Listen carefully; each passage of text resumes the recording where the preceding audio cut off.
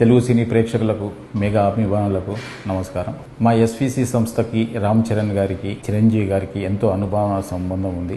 మా ఇద్దరి మధ్యలో చరణ్ గారికి నా మధ్యలో మంచి రిలేషన్షిప్ ఉంది. నేను అభిమానించే హీరోల్లో రామ్ చరణ్ గారు ఒకరు. ఆయనని అవమానపరచడం కానీ ఆయనని కించపరచడం కానీ నా జన్మలో నేను ఎప్పుడు చేయను. నేను ఇచ్చిన ఇంటర్వ్యూలో ఆయన గురించి చిన్న మాట దొల్లినా అది నా తప్పే.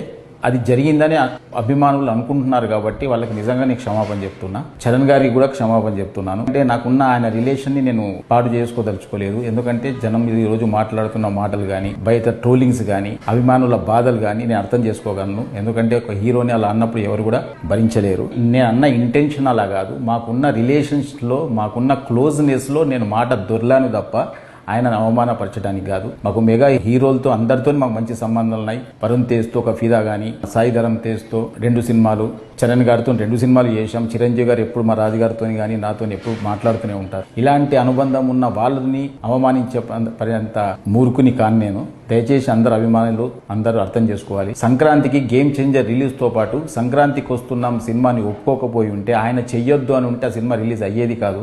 ఆ రోజు ఆయన మనసు గొప్పది కాబట్టి ఆ రోజు ఇబ్బందులో ఉంటారేమో ఫైనాన్షియల్గా అనుకుంటూ కూడా ఆయన, ఎందుకంటే పెద్దగా బడ్జెట్ అయిన సినిమా కాబట్టి మీరు మంచిగా దీన్ని కూడా రిలీజ్ చేసుకోండి అని ఒక గొప్ప మనసుతో ఒప్పుకున్న వ్యక్తి ఆయన. ఆయనని ఎందుకు అవమానపరుస్తాం? దయచేసి నేను ఆయన మాటలు కానీ అపార్థం చేసుకుంటే ఫ్యాన్స్కి అందరికీ నేను క్షమాపణ చెప్తున్నా. దయచేసి మా రిలేషన్ పాడు చేయొద్దు. మాకు మళ్ళీ నెక్స్ట్ ఒక ప్రాజెక్టు రెడీ అయింది. నెక్స్ట్ చరణ్ గారితో సినిమా తీయబోతున్నాం.